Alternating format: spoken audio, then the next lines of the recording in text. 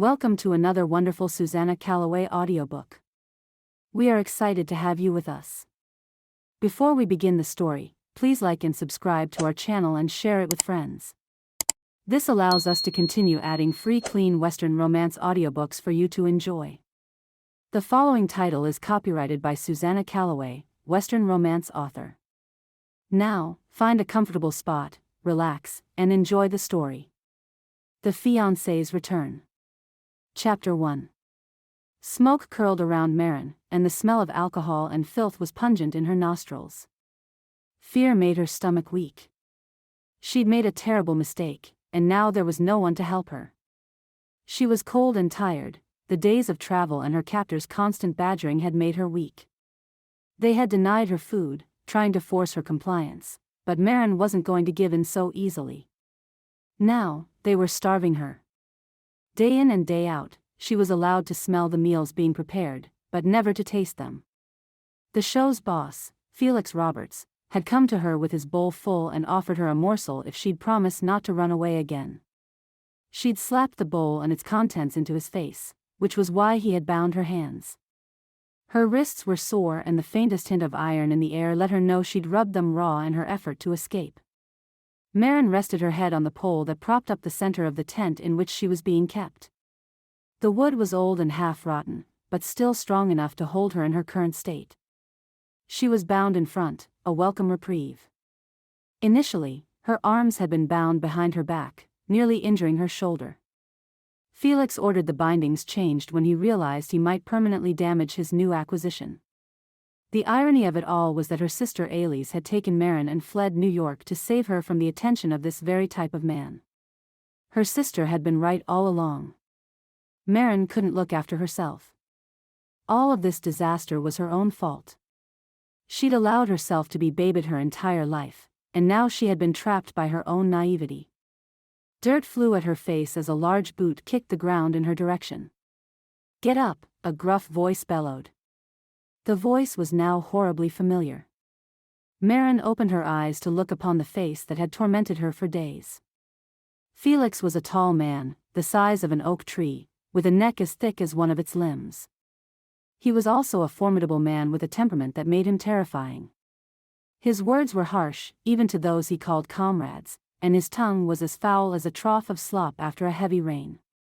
His sharp blue eyes trapped her in their gaze and made her shiver. The sight was like looking on ice. There was no warmth or life in the shallow depths, nor was there any way to tell the lengths a man like him might go. "There you are," he snarled as he stooped before her. "Haven't you had enough by now? Don't you want to take me up on my offer? I've been more than patient with you, but it's starting to wear thin." Marin swallowed the lump that formed in her throat. "I won't do it," she answered, her voice so low it could almost go unheard against the din outside. The laugh that issued from Felix's lips made her blood run cold. "Who do you think you are? You came to me. You asked me for work and I took you in, now you say you won't do what I'm askin?" His scarred face came closer, the bristles of his long beard scratching at her cheek. "And you think I'll let you get away with this? No woman denies me. One way or another, you're going to do what I tell you, but it'll be easier if you do it willingly."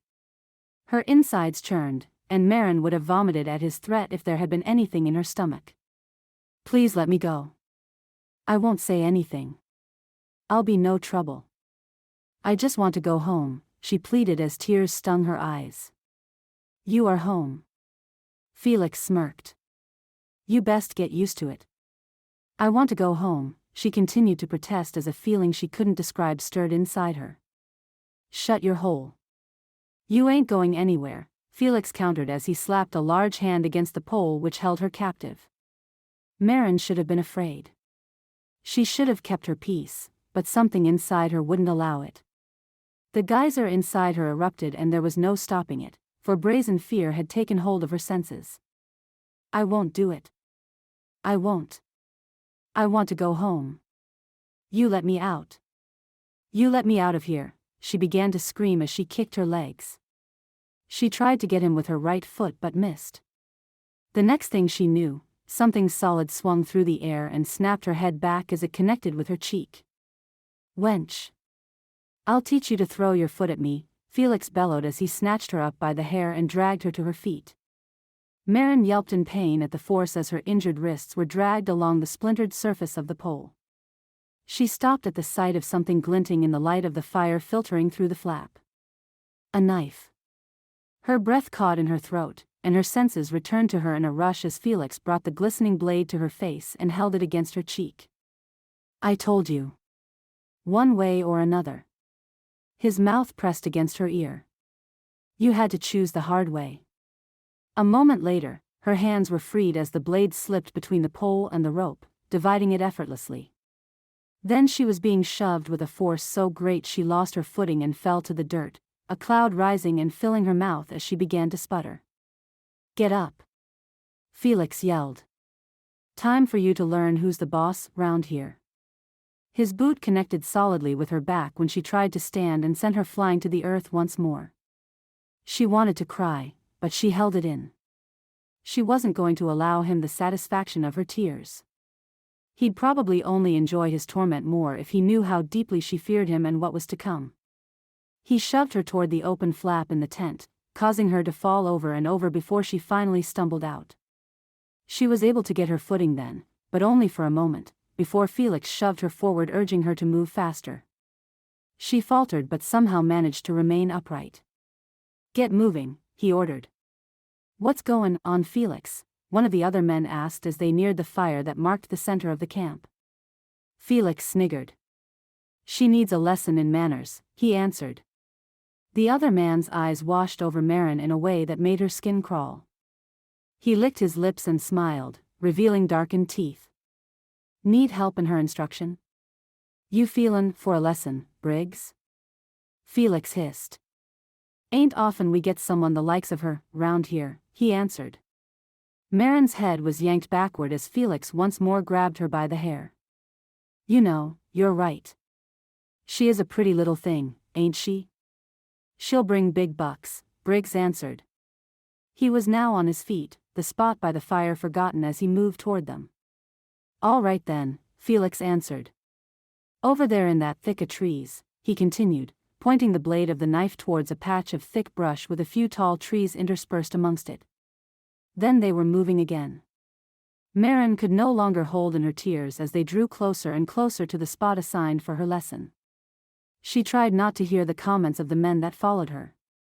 Thoughts of running filled her head, but they were all useless. She was too weak to run, and they were too strong to allow her to get far. There seemed no escape from the fate that awaited her. Lord, take my life rather than let me meet defilement at their hands. I haven't asked you for anything lately. Today I do. Don't let this happen or don't let me live. Please don't let Elise blame herself for my mistakes. Watch over my sister and let her be happy. Marin prayed with open eyes as the trees loomed before her. They rustled as she neared them. The sickening fear in her stomach and the onslaught of tears saw her doubled over as she crossed from the clearing into the brush. The sound of malicious laughter filled her ears as she was told to stop a few feet in. She wrapped her arms around herself and closed her eyes as the sound of heavy footfalls edged nearer. Lord, save me. Chapter 2. Sweat soaked the sheets as Marin jumped from her sleep, arms flailing against invisible hands. Her chest heaved, and her heart beat so hard she felt as if it would erupt from her chest at any moment. They weren't there. They'd failed. She was safe.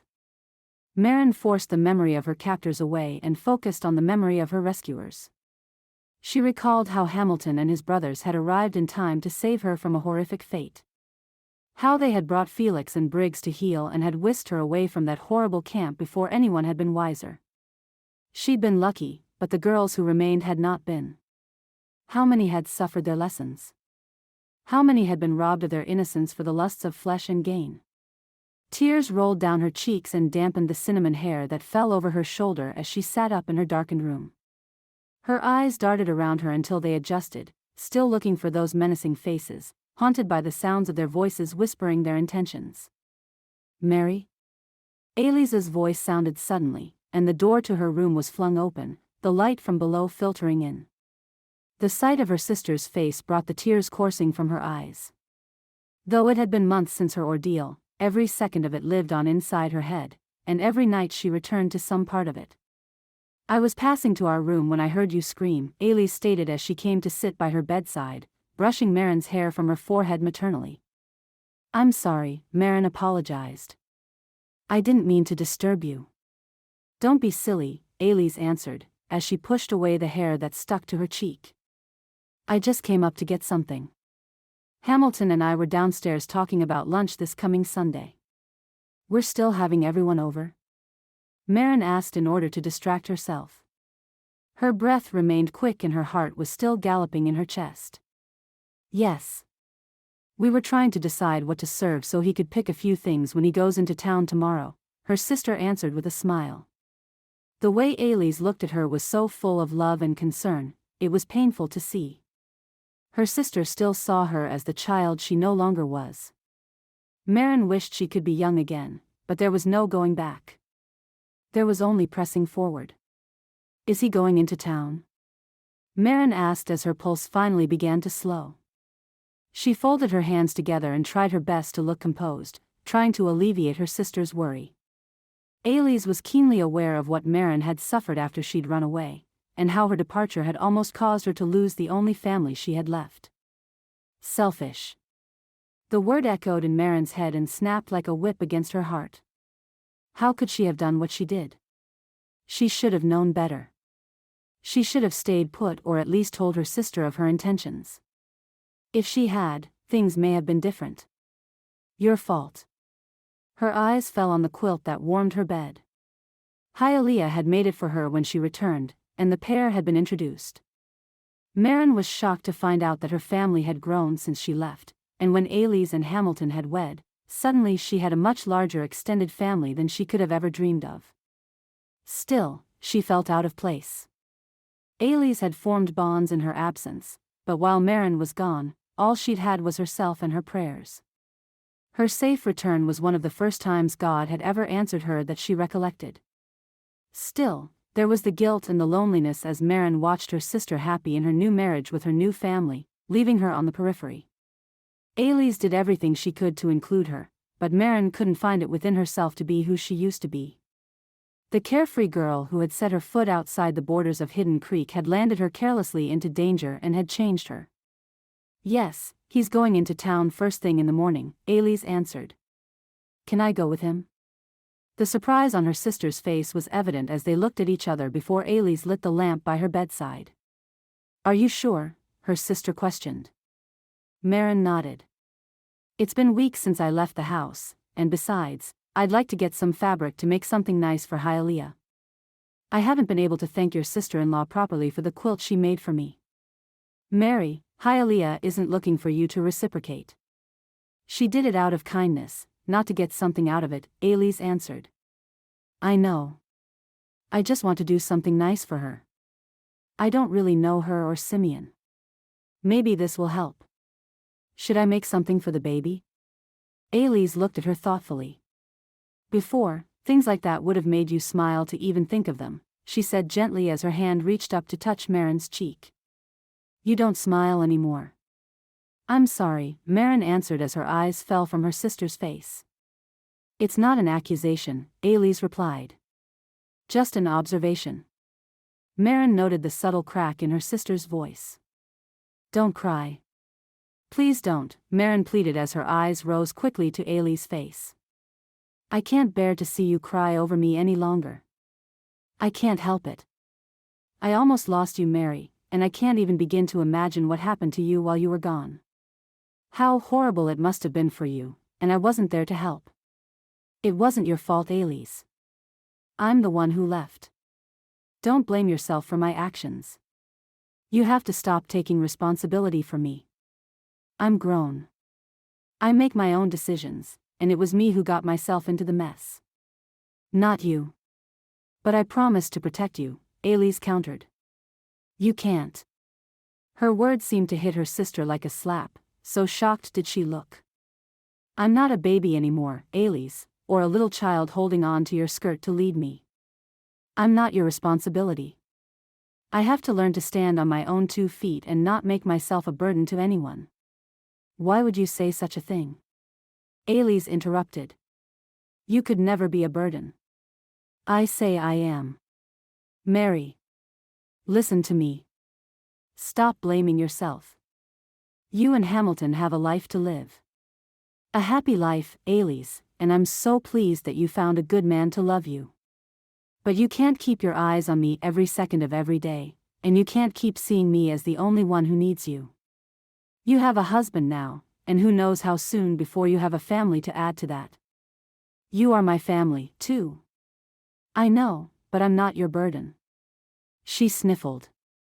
I don't want you hovering over me. I don't want you worrying about me every second of every day. I know you do, so don't deny it. How can I not? Elise continued. You're my baby sister. Marin sighed. That's just it. I'm not. I'm not your baby sister. You have to let me go. I can't be the woman I'm meant to be if all I know are eyes that see me as a child. What do you mean? Elise asked, panic rising in her voice. Are you planning on leaving again? No, Marin answered as she gripped her sister's arms to calm her. I'm not leaving, but I do need to find my own way. I like it here and I want to make a life here, but I can't keep being someone's responsibility. I can't keep relying on other people to take care of me. Not even you. Maybe that will help me find my way back to who I used to be. Or who I'm meant to be. Maybe focusing on my future will help me get over the past. Marin's words were almost a plea, asking Elise, or maybe God, for permission to move forward. It had been weeks and the lingering fears and dreams were weighing on her. She wanted to go back and redo things, but she realized now the only thing she could was to move forward. Elise reached up and squeezed her hand gently. I understand, she answered and pulled her close. I won't say it doesn't scare me. I have cared for you and been there for you, your entire life. I don't know how not to. You have to learn. We both do. Marin sighed, glad for the hug and even more glad for her sister's understanding. I want what's best for you, Mary, Elise said with a sniff. I want the same for you, Marin answered. It's time we both moved forward. Chapter 3. The wagon was packed and Marin was seated on the bench waiting for Hamilton. Her brother-in-law had prepared everything for their trip into town, but at the last minute had been called aside by Billy, the new hand they had hired shortly after Marin's return. I don't know how that could have happened, Hamilton commented as he rounded the corner of the house and approached the wagon. I don't know either, but I don't feel it's by accident, Billy answered as he walked in stride beside Hamilton. Billy Murdoch was 22 and handsome. He had dark brown hair and black eyes that lit up every time he saw Marin. Still, Marin couldn't find it within her to reciprocate his overtures. Good morning, Miss Marin, Billy said as he removed his hat and gave her a friendly nod of acknowledgement. Good morning, Billy, she answered. Are you joining us on the ride to town? Yes, ma'am. The boss needs some help. Hold your horses there. I don't need help. I told you that Marin and I were going to town, and you were welcome to join us, Hamilton asserted as he hoisted himself into the seat beside Marin. Billy's cheeks reddened. Yeah, well, you still might need help, he answered as he took a few long strides and then bounded into the bed of the wagon. Always best to have help and don't need it, than need it and there isn't any to be found. Isn't that right, Miss Marin? Marin nodded and turned her head, hoping she wasn't appearing too rude. She appreciated Billy's enthusiasm about life, and usually, she tolerated him perfectly well, but not today. Today, his infectiously positive demeanor was nothing short of a nuisance to her. She didn't want to have to pretend to be cheerful. She wasn't, and she didn't know when she would be again. She was tired of facades. You both have some fun, Elise called from the porch as she waved in their direction. Marin gave her a small returning wave. Hopefully, Marin will, Hamilton called back. It's all business for me. We'll be back before supper. His gentle tone and the lilt in his voice echoed the affection between them. It was strange how quickly things could change. How two seemingly opposite people could find one another. Maybe one day, it would be Mairen's turn. But in the meantime, she was content to see Elise happy. Her eyes turned to her brother-in-law.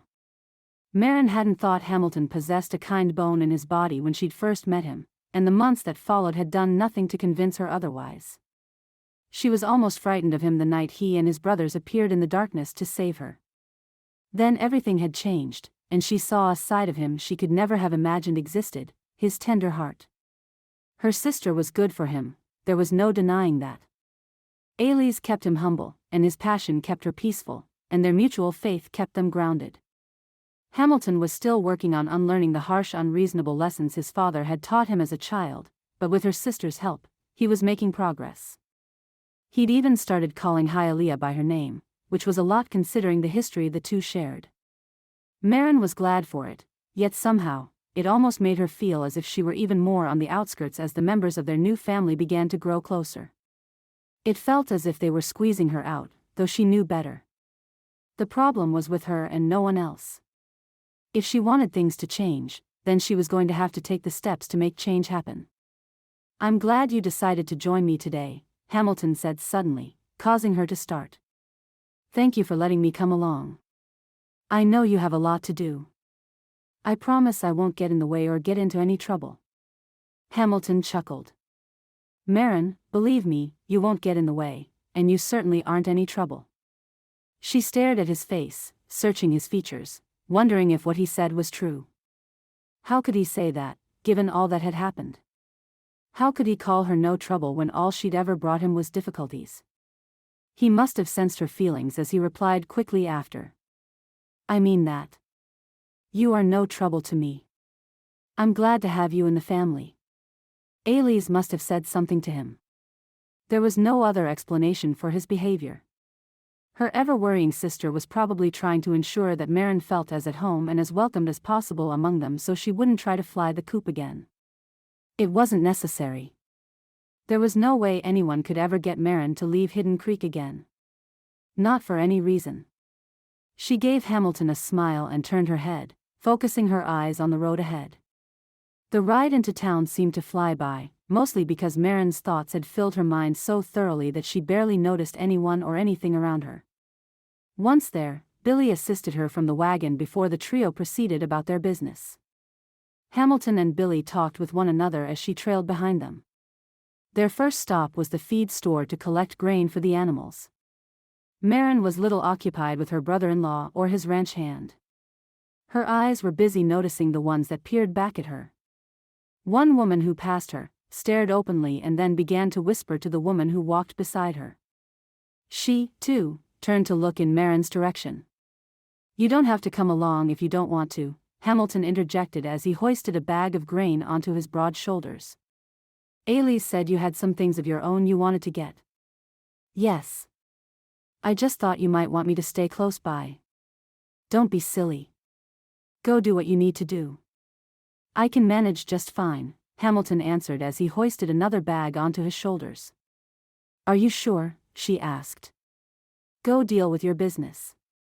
I'll find you if you aren't back by the wagon when I'm ready to go."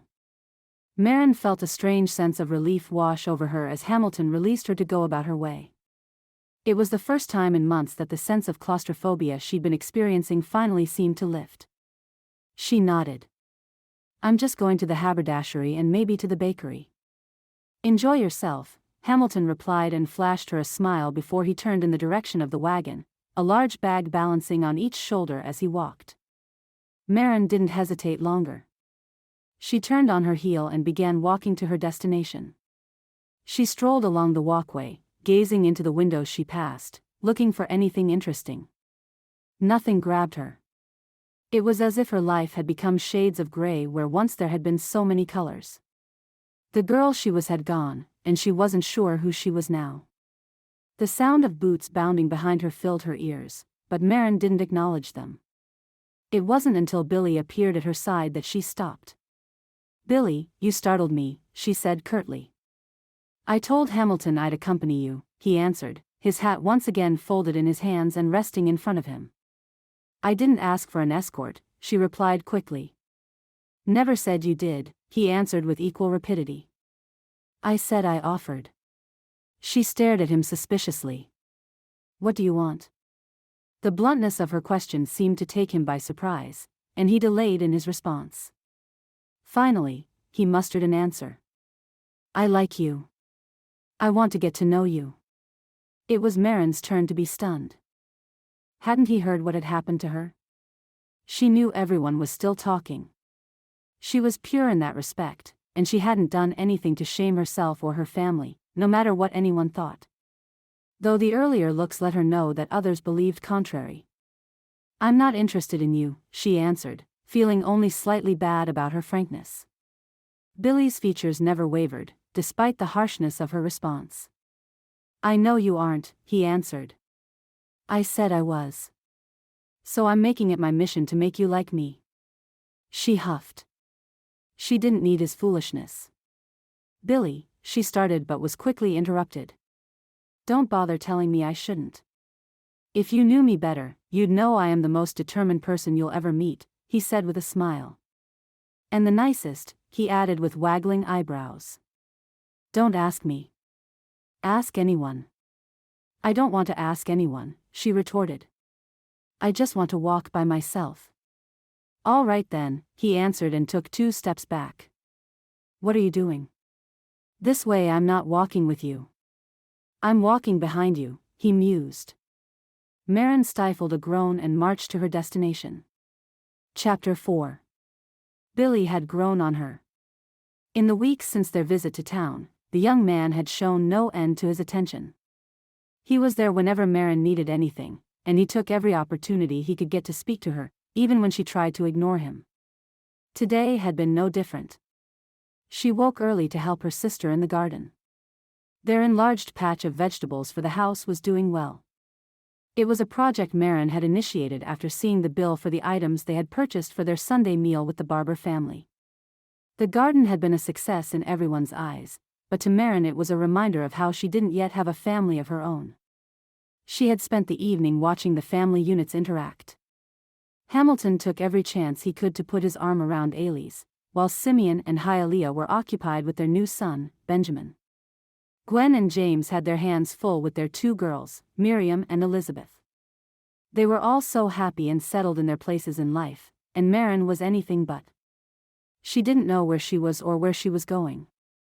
If she were honest, she felt very little since her return to Hidden Creek, though every day she hoped that she would revert to her old self and that a flicker of life would once again ignite inside her. In the interim, it was just easier to distance herself, which was why Billy was proving a difficulty to her plan. Will you please go back to the house? She asked exasperatedly. Not until you do, Billy answered. It isn't safe to be walking out here on your own. I'll be just fine. I've done it plenty of times. Yes, but that was before I was around to escort you. Now that I am here, I aim to keep careful watch, he answered frankly. Marin turned on him with aggravation, her small fists balled at her sides. Did I tell you I needed protection? Did I even ask you to keep me company? No, he said with a grin. I offered my services. Free of charge, I might add, he added with a wink. Billy. What is your last name? She asked, realizing she didn't know it. It's Jones, he answered bemused. You really don't notice much, do you? What does that mean? I mean, you're always walking around with your head down, and you aren't noticing anything around you is all. The ire that had been building up inside her was suddenly squelched by Billy's keen observation. You noticed? He smiled. I notice everything about you. You can't seem to notice I'm trying to avoid you. Oh, I noticed, Billy answered. I'm just ignoring it. The smirk she had grown accustomed to appeared immediately. Billy did love the sound of his own voice and clearly amused himself regularly with it. Why don't you take the hint? She questioned as she strolled through the tall grass that marked the outskirts of the ranch. Why would I when I'm finally getting through? What? Marin replied quickly. What do you mean that you're getting through?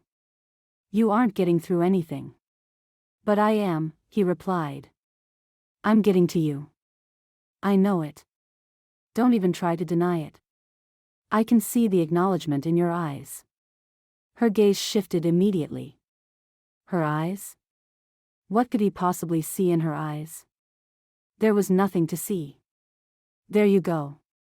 So easy to read, Billy commented as he stepped in front of her and blocked her path. You try to hide, but anyone with half a brain could see right through you, Marin. You wear your heart on your sleeve. She didn't know what to say. His candor had taken her by surprise. No one had ever said such things to her before, and she wasn't sure how to take it. Why are you doing this? He shrugged. I can't help it. I like you. But why? She blurted. Why would he like her? Didn't he know how foolish she'd been? Laughter filled the air as Billy threw his head back. Why wouldn't I, is the better question. His behavior made no sense to her. Still, she answered him. Haven't you heard the stories in town? What stories? The stories about me, she insisted. His dark eyes met hers and held them. What do I care what a bunch of people who don't know you say? I've met you. I know better, he answered. He held out his hand to her and Marin looked at it. Should she take it? What was there in a hand? Nothing to most, but in Marin's mind, there was far too much in the gesture. No one had ever held her hand except her sister. Elise had led her for her entire life and, despite the kindness of this man's words, Marin wasn't prepared to put her hand in his. She shifted her weight and resumed her stroll. You won't take my hand? Billy asked. She shook her head. I don't mean any offense. I just don't know you well enough, she answered, shifting her eyes to look at where he walked beside her. I hope you'll take the chance to know me, he continued. I promise you won't forget it. Nor regret it. His smile was gentle as he spoke, and Marin sensed there was truth in his words. Lord, what should I do? Her mind questioned many things as she continued to walk beside him. Could she trust Billy? Was he really all he appeared to be, or was there something dark lurking underneath? She didn't know. Before, she would have been eager to think the best of him or any man, but after encountering the likes of Felix and Briggs, who had initially seemed fine though a bit rough, she no longer trusted her own judgment. You don't believe me, do you? Billy questioned, and she wondered what in her eyes had given her away. I'm not sure, she answered honestly. They stood looking at each other, each trying to read the other's expression as unasked questions lingered between them. They might have stayed there if it weren't for the sound of an approaching horse racing in their direction. Marin's brow furrowed as the sound of hooves thundered towards them. The rider was pushing the horse to its limit. Billy, do you know who that is? She asked as concern began to creep into her voice. I can't tell, he admitted. But they sure are asking everything from that horse. Marin's heart sped up as Billy retrieved his gun and looked toward her. Just in case, he said gently. Don't you worry. The rider continued coming, his direction never faltering as he made his way toward the ranch. Finally, when he was only a few feet away, Marin could make out his appearance. His head was lowered against the sun, his shoulder-length dark hair was tossed in the wind as he stared straight ahead. Marin thought he would have plowed right through them, but he pulled up at the last minute and sitting astride his horse, he glanced down at them. I'm looking for Hamilton Barber, the stranger stated, breathlessly. And who might you be, stranger? Billy questioned. The man laughed. You're the stranger, if you don't know who I am. I don't think I get your meaning, Billy answered. It means you've only been around here as long as I've been gone. The stranger frowned. And it hasn't been all that long. Clearly, Billy wasn't amused by the man's antics. Marin watched the exchange quietly, her eyes hovering between the stranger's casual perch and Billy's ready finger. Please allow me to introduce myself. I'm Ned Rogers. Now that that's out the way, where's Hamilton? The name struck Marin as if a bolt of lightning had just fired from the sky. Ned Rogers, she blurted. Yes, he asked as his eyes turned to her. The moment he looked at her, his brow furrowed and he seemed to pull back in his saddle. He remembered, his smile confirmed it. Marin's former mail-order fiancé was back, but why? Chapter 5 He couldn't take his eyes off her. The moment the redhead had come into view, Ned's eyes had locked onto her. He'd ridden straight toward her as if she were some kind of magnet pulling him in. He never thought it would be her. He wasn't sure she would have stayed in Hidden Creek after all this time, especially after all that had happened, but it seemed she had. It could be another woman to be found on the ranch, but by her look, she was of the right age. It had to be her. Mairenn. Mairenn was more beautiful than he could have imagined. Her dainty features and the thick rope of hair that fell over her shoulder to her small waist made a stunning picture as the sun illuminated it like fire against the horizon. She was a fiercely stunning woman as he looked down at her from his horse. Ned had never seen her equal and did his best to focus his attention on the young man while surreptitiously studying her. The sound of her voice was melodic as she said his name, and there was no ignoring it. It demanded his attention. He stared at her, unable to speak. Her story had made its way to Bledmington. The story of a girl who'd come to marry but had run away to follow her missing fiancé. The girl who found herself in trouble. Some colored it more vibrantly than Ned believed true, but there were far too many similarities in the stories not to believe that some part of it wasn't fact. Ned had tried to believe it couldn't be her, but deep inside he knew it was. He'd wanted to come back then, to find Marin and make amends. It was his fault, after all. He'd abandoned her when he'd promised to care for her. Abandoned her before even meeting her. Shame, however, wouldn't allow him to humble himself, so he had told himself that Marin wouldn't have stayed after all she'd gone through. She would have gone back home to the East Coast, to what she knew. She would have moved on, and she would be happier for it. But evidently, he was wrong. His eyes continued to drink her in. Marin was tall, just like she described during their correspondence. Standing beside the ranch hand, she was only a few inches shorter. How old was she now? 18? No, she might be almost 19. Her figure belied her age. It was more comely than most who were older than she was. It was strange, Ned had concocted a picture of Marin in his head, one that had changed over his travels as he encountered one redhead after another, wondering if her hair was the same color, or whether she had freckles. The image in his head had many variables that changed with inspiration and his imagination, but Marin herself was far beyond anything he ever could have considered. How much had she suffered? The question was one that had haunted him during all these weeks and months. Had she experienced the horrible things people had said, or was it just gossip to keep the bored citizens entertained? The thought gave him pause as some of the contents of the tales he'd heard came to mind. Stories of horrible acts and pain. There were rumors of her joining up with a traveling show that specialized in showcasing women and worse. He looked Marin over. She didn't appear to be the kind who'd act so loosely. Nor would he have guessed so from the letters they had shared, but a lot had happened since then. He scolded himself for the fleeting thought. Marin was a good woman. He was sure of that. Whatever had happened to her was not by her design. Again, it all came back to him. It was his fault. He hadn't been there as he had promised to be. His manners returned to him as he realized she was shifting uncomfortably under his gaze. "Beg your pardon," he said with a nod and proceeded to slide from the saddle. The other man watched him carefully, but Ned ignored him. Whoever he was, he had no idea of the history between himself and Marin. But then, what did it matter if some ranch hand knew? Who was he to care? Still, the two of them had been taking a walk together amongst the grass. What was he doing? Ned caught himself in mid-thought. His mind was behaving like a territorial man, but hadn't he been the one to leave Marin alone? What right had he to question whom she walked with? She wasn't his fiancée any longer. He'd thrust her aside. She had probably done the same, and it would have been right for her to do so, too. After all, it was pure ego to think she'd be waiting for him for all this time. He couldn't blame her for finding someone else if that were the case. His heart sank at the thought, but nonetheless, he extended a hand in greeting as he spoke. "And who might you be?" he asked her hesitantly, unsure of whether she would want their previous acquaintance known to the man she was with. If he was a suitor, He may be unaware of the reason Marin had come to Hidden Creek in the first place, and she may want to keep it that way. Caution was best. He would allow her manner to dictate his own.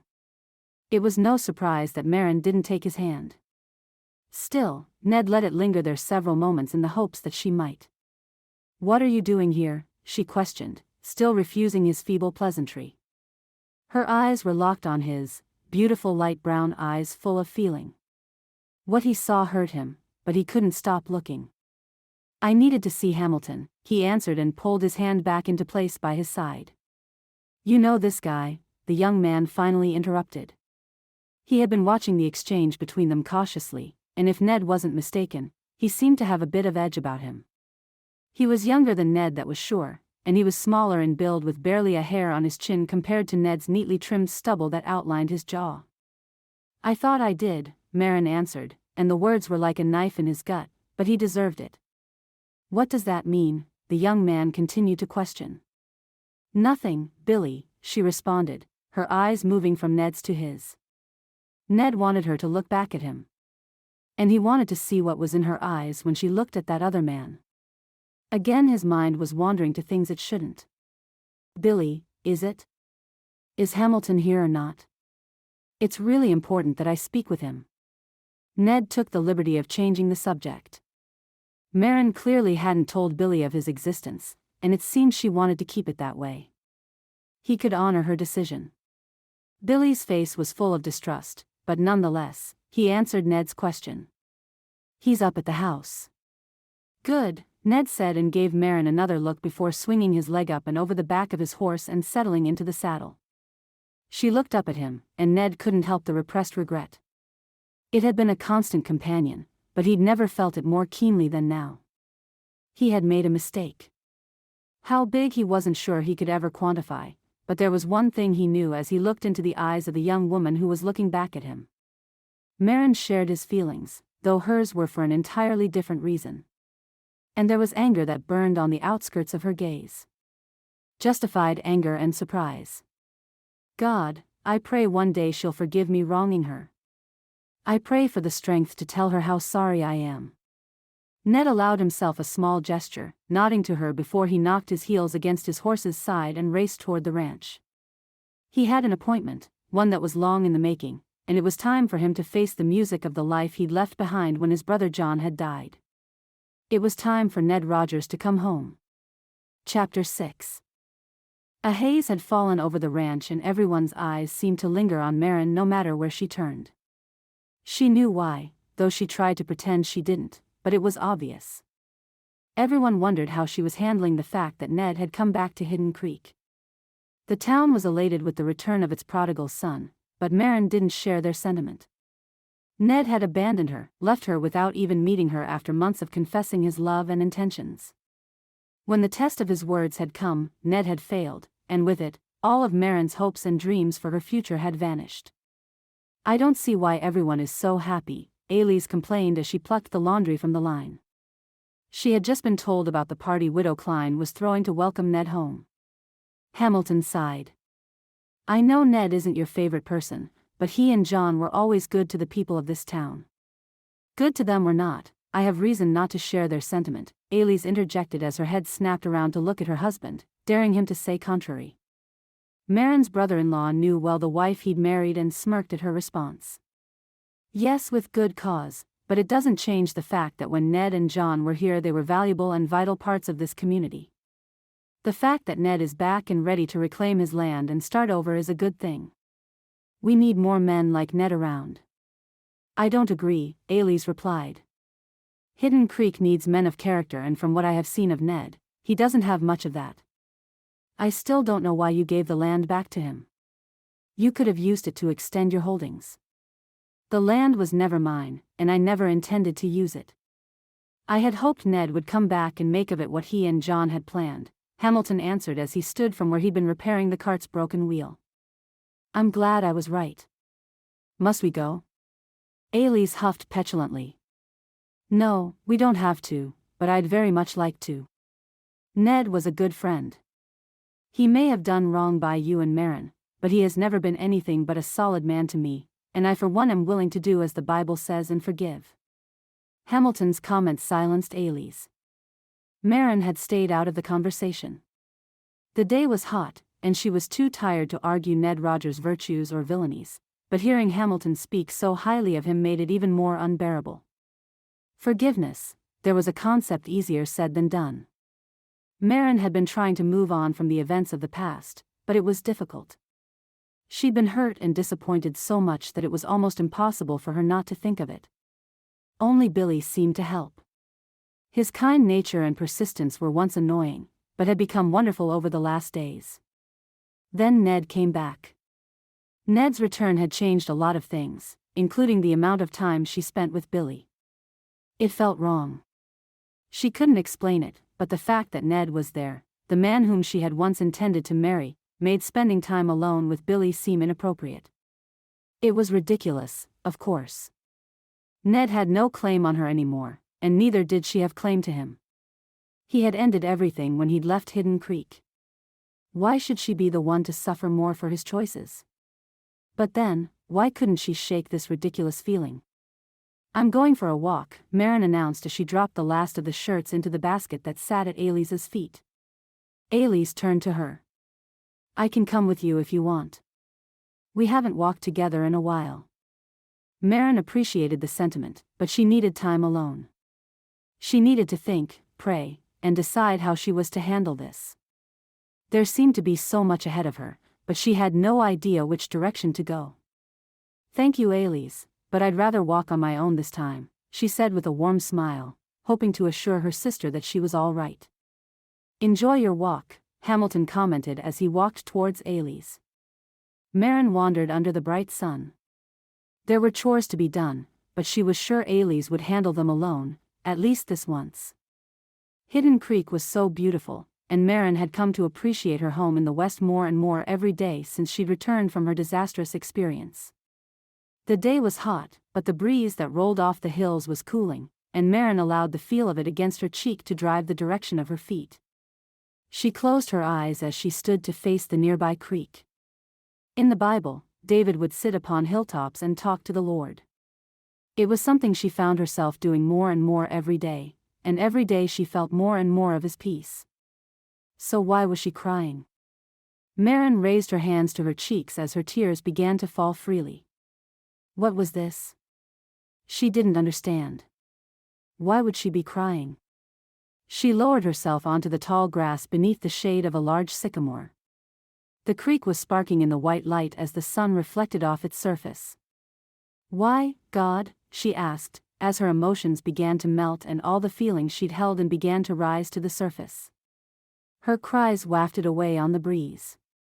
Her heart was filled with so much disappointment and pain. She thought she had gotten past it, but it was still there, hiding somewhere deep inside her. The frost of the emotional numbing was melting, and now it was all coming out. It wasn't until she saw him that she realized how much Ned had hurt her, and in the past week since he'd returned, his constant praise and everyone's fond memories of him made her remember everything she'd fallen in love with in the first place.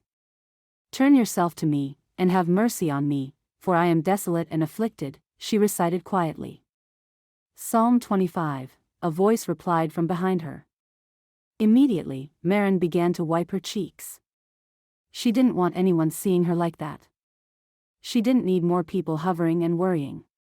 She didn't need more pity because of her past. "Marin," the voice continued, and she turned to answer. The moment she saw him, her breath caught. "Ned," she said softly as she pushed herself to her feet. "What are you doing here?" "This is my land," he replied with a warm smile. "I should be asking you that question, don't you think?" "Your land?" she questioned. She looked around her. She hadn't wandered anywhere unfamiliar, it was the same place that had given her peace since her arrival. "This is Hamilton's land," she replied. "It was," Ned corrected. "Until he gave it back to me. Everything from that small hillock.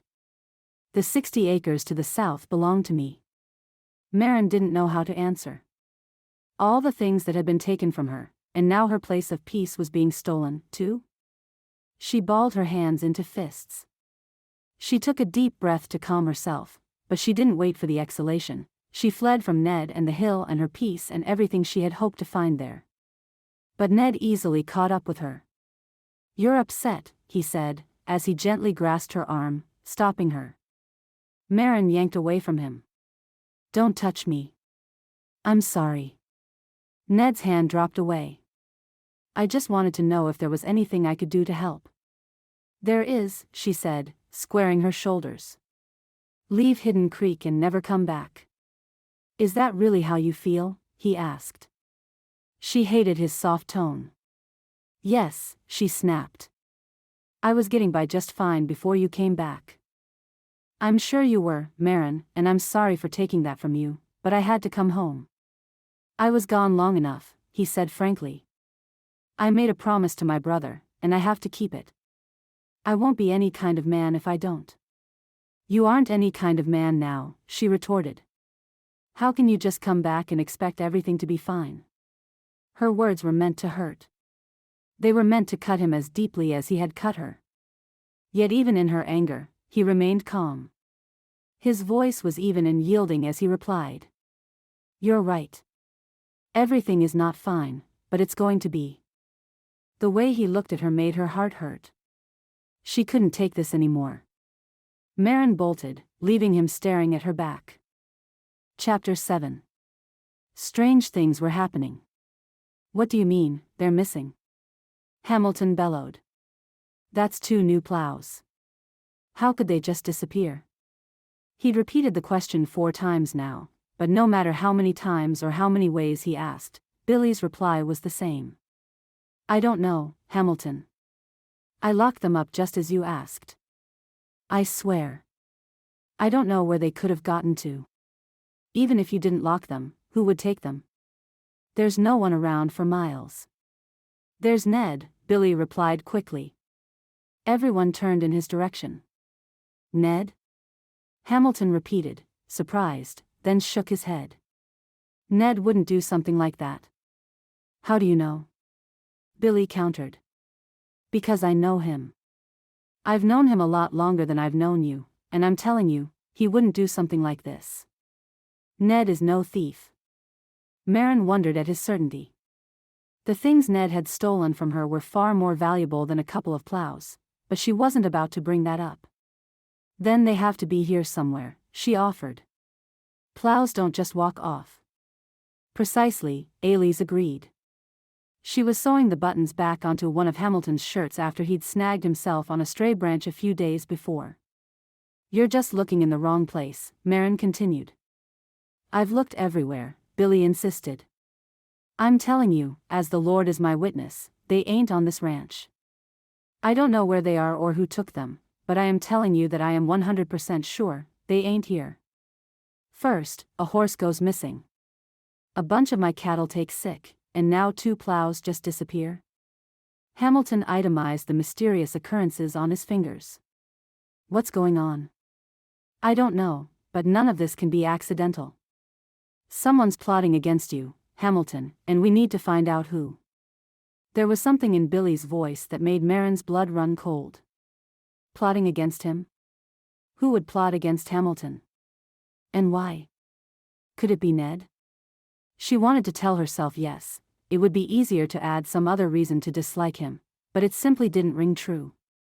Ned had spoken well of Hamilton the day they met on the hilltop. Her brother-in-law had even given Ned back the property he'd taken from him. 60 acres was no trifle. So, in her mind, there was no way it was Ned. The night came quickly, too quickly, and Marin soon found herself alone in her room with her thoughts, a very uncomfortable place to be. The moon was full, and the soft light from it filled her room through the open window. She liked looking at the moon. Recently, she used it as a symbol for God, something to look at since she couldn't see his face. It was his creation, and it was almost as if it were his loving eye watching over her. Marin laughed at her own silly reference. God was there, somewhere, and though she couldn't see him, her faith in him had grown with time. It didn't matter if she could see him or not, all she needed to know was that he loved her and would never leave her. He had saved her from Felix. He would be there for her now. The disturbed bellows of cattle distracted her. "What are they getting up to?" she wondered aloud as she moved toward the window. The grounds were quiet, but there was something strange about the barn. It was glowing, but it wasn't from the soft blue of the moon, but from a rising yellow tinged with orange and red. Her eyes grew wide. "Fire!" she screamed. Mairen's bare feet slapped the wooden floors as she raced across the room as one thought filled her mind. "Billy!" she screamed. The young man's bed was in the barn. The fire could only mean tragedy for him. She yanked the door open and ran out. "Hamilton, fire! Elise, wake up!" she screeched. She pounding feverishly the moment she reached their door. The door to their room flew open and a moment later Hamilton was bounding past her for the stairs. "Marin!" Elise called frantically as she emerged from within. "Fire? Where?" "The barn's on fire." They both ran after Hamilton. "Billy's in there." By the time they reached the barn, the flames were licking the night sky. "Water!" Hamilton yelled as he attempted to stamp out what embers fell as parts of the roof ignited, but he was outmatched. Billy, thankfully, was by his side, doing his best to stop the fire. His clothes were already black with soot. "Their buckets behind the house," Elise hollered as she grabbed Mairen's hand and they raced to retrieve them. This couldn't be happening, Marin thought. But Billy was all right, that much was clear. But how had this happened? Fear filled her heart. She and Elise rounded the corner of the house together, but it was she who spied the buckets first. She grabbed hold and swung one to her sister. The last two she grabbed herself and they raced to the pump to fill them. Elise was already on her way. Her heart had never beat so fast in her life. Even when she'd been held against her will, she'd never been so scared. Losing the barn, the animals, and maybe even one of the people she loved. She couldn't let it happen. Elise pumped while Marin filled, then Billy raced to dump the water on the flames. It was no use. They needed more hands. The sound of a whinnying horse got all of their attention. Hamilton had raced inside and was dragging her out. "Hamilton!" Elise screamed. "Keep the water coming," Billy ordered. "He's all right." "Keep the water coming." Marin didn't know what possessed her. What she was about to do didn't make any sense, but there was something inside her urging her like nothing she'd felt since her return. She had to help the horses. Hamilton couldn't get to all of them soon enough. They were trapped. She had to help. She raced to the barn door and rushed into the smoke. Instantly, her lungs burned as they filled with smoke and she coughed, holding her hand to her face. She tried to see as her eyes stung. She fought her way to the horses. Hamilton was screaming at her, but she kept on. "Come on," she yelled as she tugged at the latch that kept more of them caged. The two horses paced back and forth frantically, their large eyes revealing their panic. She had to get them out of there. She had to save them and herself in the process. "Move," a harsh voice demanded as she was pushed aside. Marin coughed and stumbled away from the latch. She saw the man who was now working on getting the stall open. Ned. In no time, he had the latch off and the horses raced toward their freedom as the smoke thickened around them. She coughed harder, the stifling smoke making it hard to see, hard to breathe. "Get out of here, Marin," Ned demanded. He grabbed her by the hand and yanked her behind him as he raced for the door. She closed her hand around his as they ran. They were almost there when a bout of coughing racked through her, stopping her movement. It was too hard to breathe. She couldn't get air. She couldn't. Ned was only a few steps away when a loud cracking sound filled her ears. Marin looked up and screamed as the engulfed roof gave way above them. Chapter 8. Something heavy sat on top of her as heat encircled her from every direction. She could hear the sound of voices, some of them she recognized, but most a blur. The sound of something flapping surrounded her and with every strike, her body was pressed upon. She couldn't breathe. The weight was too heavy. And then she was being dragged. Dragged away from the worst of the heat. "Get it off," she groaned. She barely heard her own words above the crackle of flames and the frantic voices that surrounded her. Get him off her. She heard Billy's urgent demand, and a moment later the weight which had pressed her down was lifted. In her confusion, it took a moment for Marin to realize the source. It hadn't been a thing on top of her or some fragment of the roof which had pinned her to the ground. It had been Ned. Marin took a deep breath as oxygen surged into her lungs. Her chest roared, and her head ached. I've got her. Billy's voice resonated again, and suddenly she was swept up into strong arms that rushed her further from the burning building. Her head lolled against his chest, her vision blurred as they raced from the orange-tinted night. Her vision went in and out as she tried to focus, but it was no use. Her head was spinning, and no matter how hard she tried, she couldn't get her eyes to obey her. She coughed again, pain making her breath short. She barely caught a glimpse of Ned, his body slumped over Hamilton's shoulder as Elise ran beside her husband. Billy deposited her on the grass near the house. Hamilton laid Ned beside her before they both returned to fight the flames. They worked to keep the fire from leaping to the house and consuming that, too. God, have mercy, Elise wept as she hovered over Marin. Something dripped into Marin's eyes, and she reached to brush it away, but Elise stopped her. Lie still. You hit your head. Ned? Marin croaked out, but there was no answer. He hadn't moved since Hamilton had placed him beside her. Was he even breathing? Elise, he's not moving, she eked out. Close your eyes. Ned will be all right, her sister assured her, but the look on her face, though barely recognizable in the flickering darkness, gave Marin no comfort. Marin wanted to draw closer to Ned, but her body felt like lead. She couldn't move an inch. I said, stay still, Elise instructed. I'll look after Ned. Marin closed her eyes and the heaviness in her body took over. She just needed a minute, and she'd be fine. Just a minute, and then she'd check on Ned herself. Just a minute. Her head still ached, but her vision was clear again. Days after the fire devoured the barn, Marin and Ned were both cloistered in the same sick room. Hamilton and Elise had given up their bedroom, which was the larger and could accommodate 2 beds, to cater to the doctor's recommendations for a clean, quiet place for them to heal. Marin had a slight concussion and minor burns from the incident, but Ned had suffered the worst of it. Shielding her with his body, he had put himself between her and the falling debris. He'd received a solid blow to the head from a beam and burns scarred his once unblemished back. Hamilton had determined that the fire had probably been started by a lantern that had been left lit in the barn. Of course, there was no way he could be sure, but he wanted to believe that it hadn't been part of some horrendous plot. However, the missing plows and horse still hovered heavily in everyone's minds. Marin knew that Hamilton had gone to the sheriff, but nothing had been determined.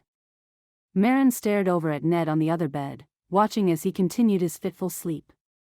The infection had set in a few days ago, despite the doctor's best efforts to keep the wounds clean and their efforts to keep Ned comfortable. The fever had started soon after. Elise had wanted to care for him, but Marin had insisted she be allowed to do it. By then, she was able to function better. Besides, it was because of her that he was injured. He'd rushed in after her when her foolish heart had driven her to save the horses. It was his good heart that had tried to protect her from even worse injury. Caring for him was the least she could do. She hovered over his bed and dabbed his damp brow with a cool cloth to try to ease the fever. Ned flinched beneath the cold compress and murmured something in his fitful rest. Must protect. His mumbled words caught Marin's attention. Protect what or whom? Her. She brushed the dark damp strands from his head and looked on the face she had dreamed of seeing for months before her arrival in Hidden Creek. Her fingers were tempted to stroke the ridge of his straight nose, but she restrained them. Even in caring for him, that wouldn't be appropriate. Still, the contours of his face intrigued her. Forgive me, Ned suddenly cried as tears rolled down his cheeks and his body began to shake. It's all my fault. Hush, Marin urged. Be still. All is well, Ned. Marin? The sound of her murmured name caused her to pause.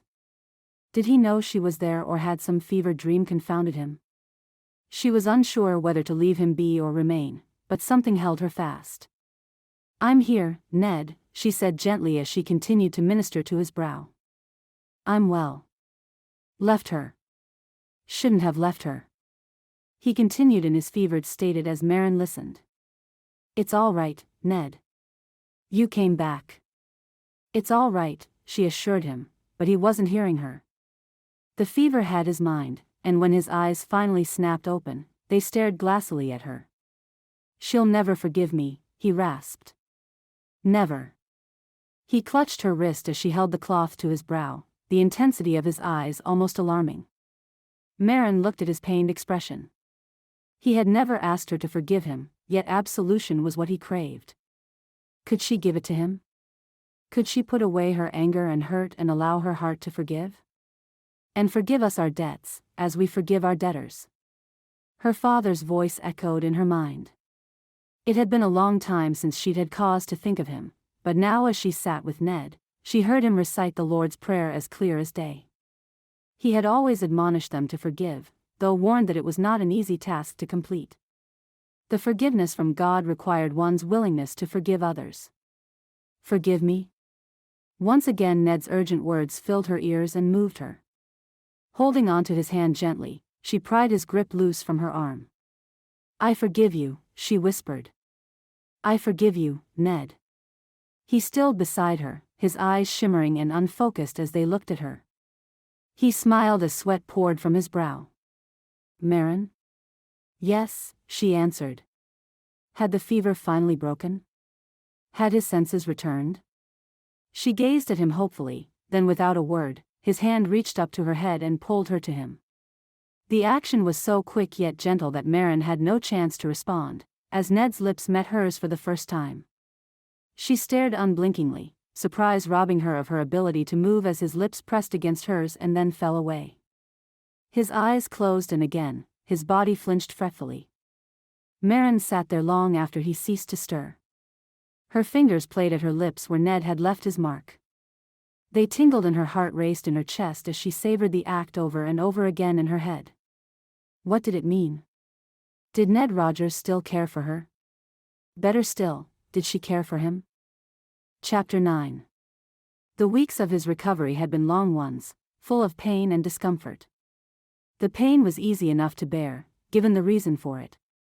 Ned would endure the same and more again if it meant Marin would be spared the worst of it. And there was another upside to his injury. It meant for those weeks he'd enjoyed the sight of Marin daily, and every day she grew more beautiful than the day before. It was blissful torture to have her so close and yet at such a distance. He didn't know the reason for it, but Marin, though she cared for him and her manner toward him had improved, kept a distance he could not understand. It seemed even greater than the one that had existed before. Ned couldn't comprehend it, but he couldn't question it either. He had no right. He was thankful just to be near her. He didn't deserve it, but it seemed God had found it fit to give him some consolation for the error he'd made. That day, he'd made the agonizing trip outside again, after weeks of being cooped up in the bedroom. "Can I give you a hand?" Ned asked as he watched Marin going about her work. She had such a look of determination on her face for so small a task. Her eyes were focused, barely blinking as the clothes she collected fell into the basket at her feet. He wondered what she was thinking, but the moment his voice reached her, all seemed to leave her mind and the shirt she was collecting missed the basket and fell to the ground. "What are you doing out of bed?" she scolded him, stooping quickly to retrieve the runaway garment. "I can't stay in bed all day," he mused. "It's not my nature. Besides, I've been in bed for weeks. I'll go mad if I have to stay closed up any longer." He moved closer, his faltering steps measured. "Will you be returning home soon then?" Marin asked, though her eyes' focus remained elsewhere. "I'm sure there is a lot that has fallen to the wayside." "As soon as Doc says I can," Ned replied. "I expect that will be any day now." "Is that so?" Marin replied, finally looking at him as a pregnant silence passed between them. "Your injuries no longer trouble you?" "I can manage," he answered. Her verbal concern may not have been much, but it was more than he'd received from her in the weeks since he'd returned to himself.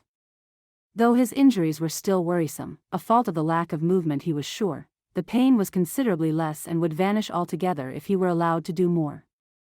Ned was not a man to sit idle for long. Then your return home will be a good thing, Marin continued. You will be able to return to that which makes you happiest.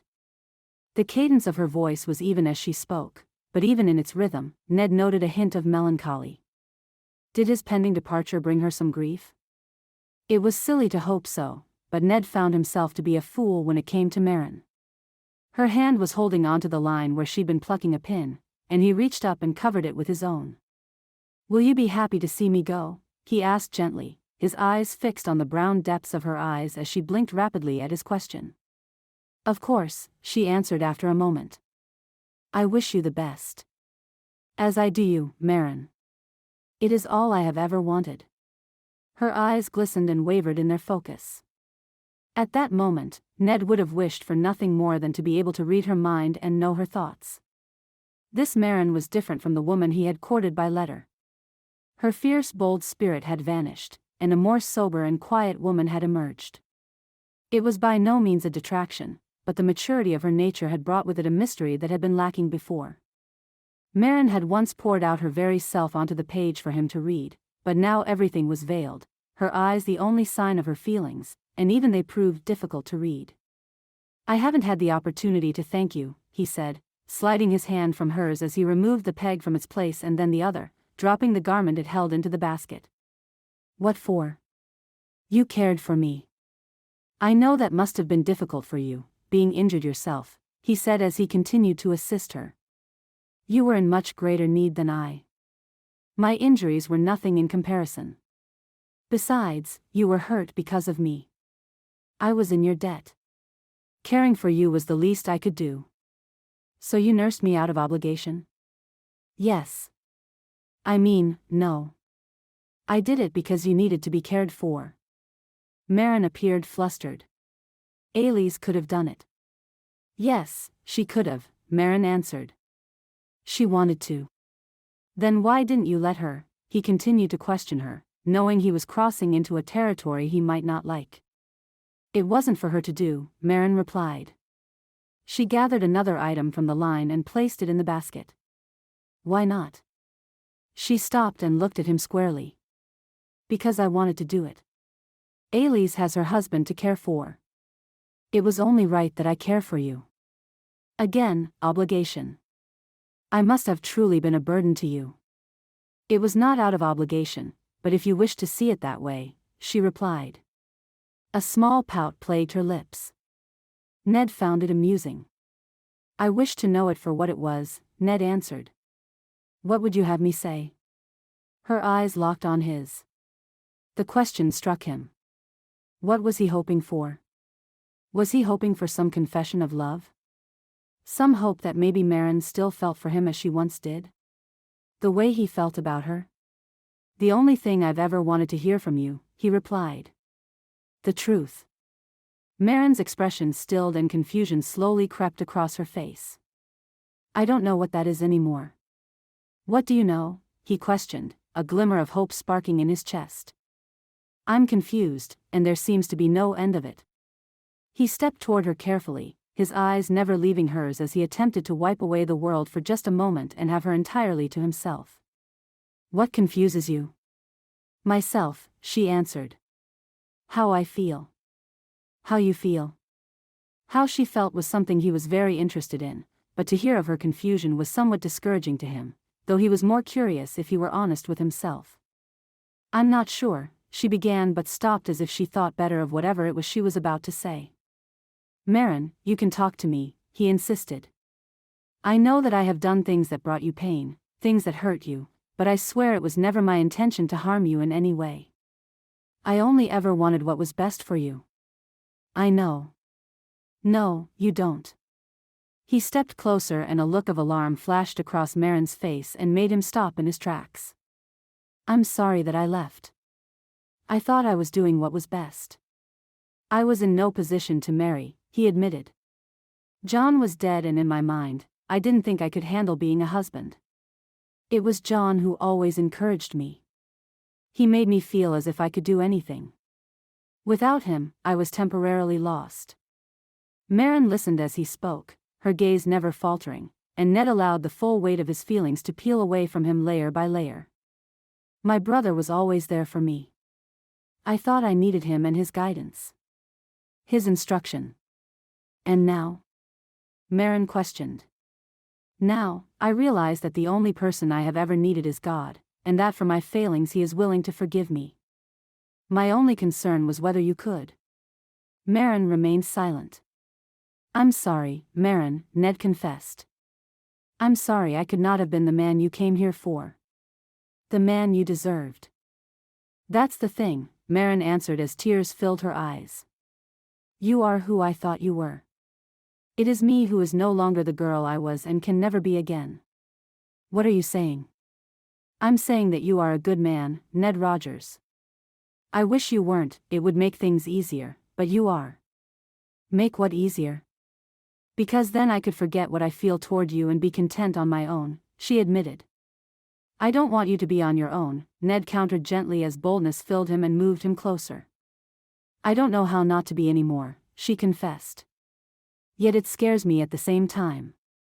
I can't find where I belong. Ned took another step toward her, his hand reaching up to her cheek. His thumb strummed gently against her soft skin. Let me in again. I know I don't deserve it, and I should probably never ask, but I am asking. Rings of emotion filled him as he cupped her small face in his hands and looked down at her. Start over with me. Find your place in my heart. Chapter 10. Marin had never been lost in someone's eyes before, but Ned's were so full, it seemed as if the entire world were locked behind them.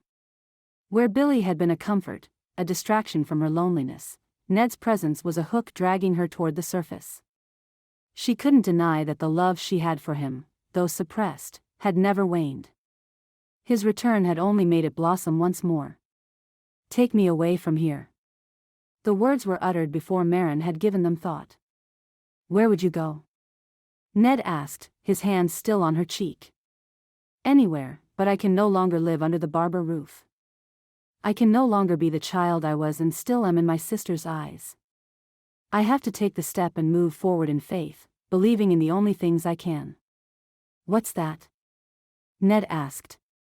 The plan that God has for me, the journey He led me on that brought me to Hidden Creek in the first place. He has always had a plan for you, Marin, whether you realized it or not. His eyes have always been upon you, Ned answered, a hopeful smile lighting up his face. I have come to understand that my reliance on my sister has prevented me from relying on Him and trusting Him. I can't live my life that way any longer. Elise needs to be set free, and so do I, free to walk the path meant for me. Are you sure? I have spent the past weeks praying about it, trying to focus my mind on Him and not on anything else, she replied. I needed an answer. Was that why you avoided me? No. I avoided you because of what happened between us and the way it made me feel. Ned's brow furrowed. You mean my leaving you? No, Marin answered. I mean you kissed me. The night your fever broke, you apologized for having left me and then you kissed me. He blinked rapidly in confusion. I don't remember it. I know. You were overcome with fever, but I was not. I couldn't get it out of my head for days. I prayed all the time. I asked God to explain why I should feel affection toward you when you abandoned me. Marin. Let me finish. I wanted to be angry with you. It was easier to blame what happened to me on you, but it wasn't your choice that put me in harm's way. It was mine.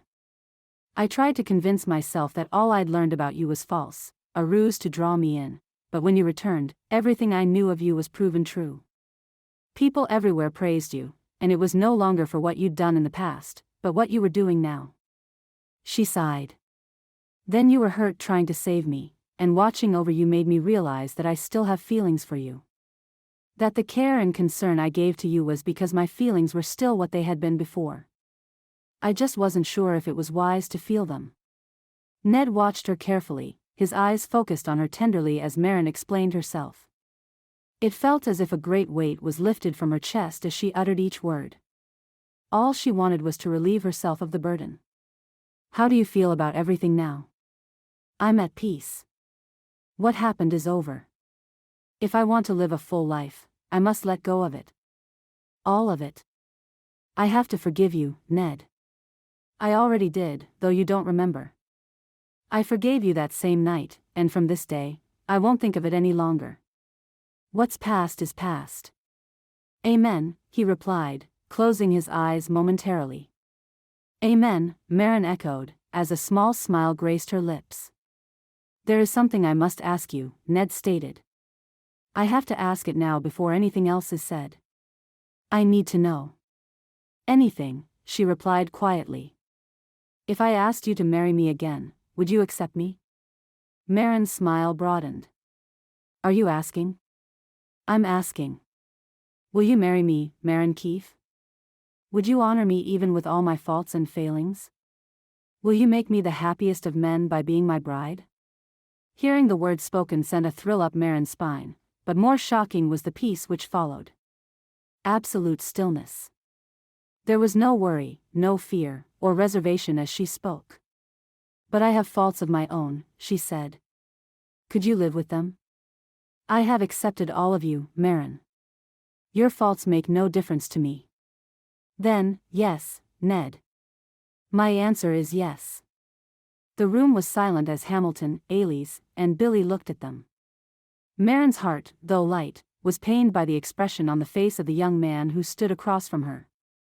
She almost wished Billy hadn't been there when she and Ned went to share their news. But he'd have to be told sometime.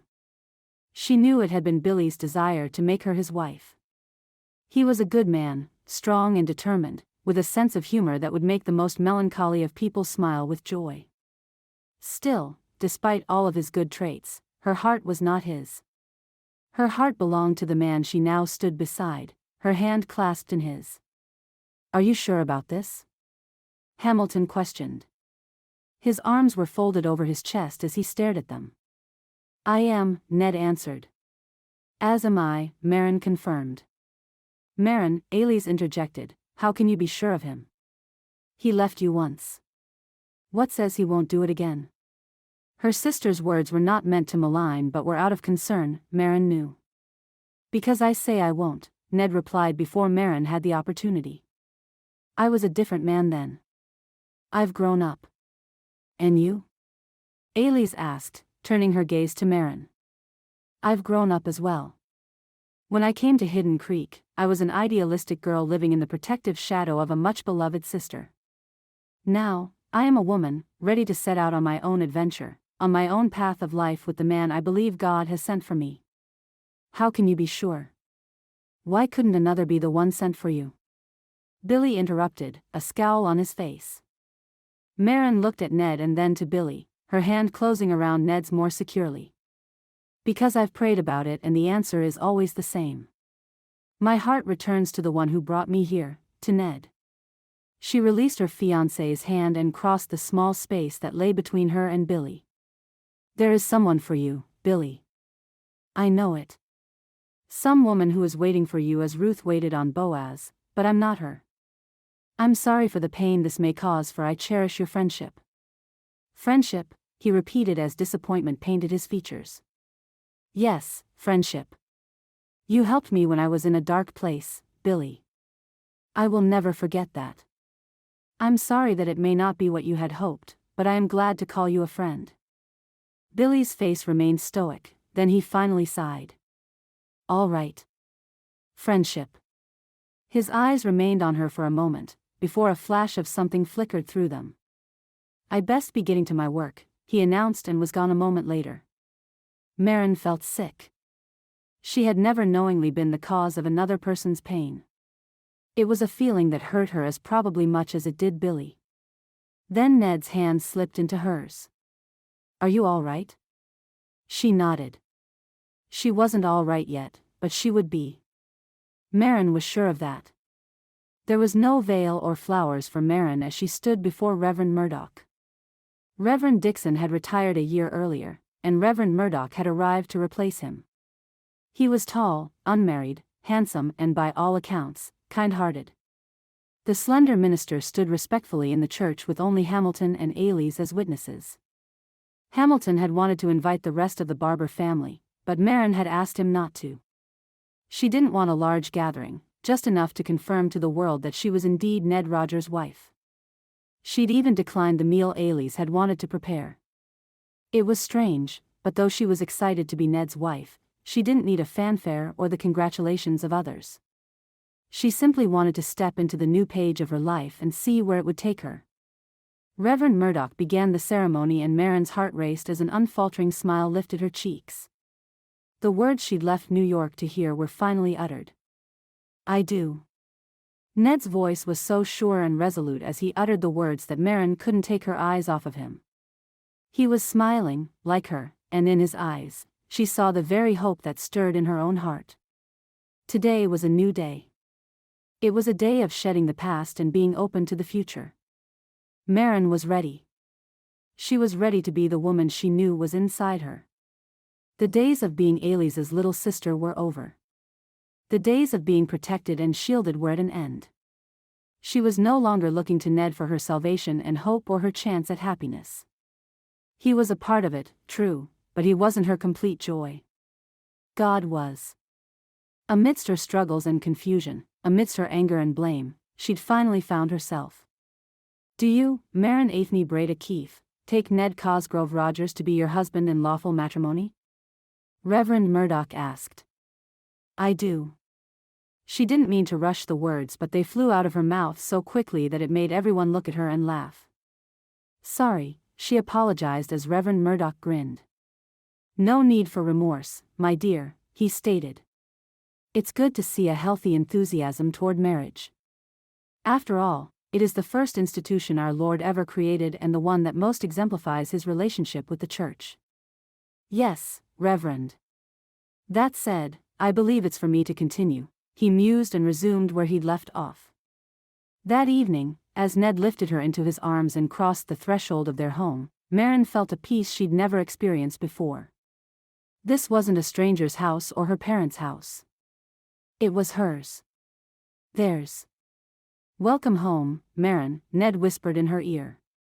Marin wound her arms more securely around his neck and pulled him close. "Thank for giving me a home," she answered and kissed him soundly. He hugged her fiercely, protectively. "Now I know for sure where I belong," she whispered, snuggling deeper into his arms. The end. Thank you for listening to this heartwarming story by Susannah Calloway. You can be assured that all her books are clean and wholesome. To find other romances by Susannah Calloway, as well as the other authors at Tika House Publishing, visit www.tikahousepublishing.com. Remember to hit like and subscribe, and we will see you in the next Susannah Calloway Western romance.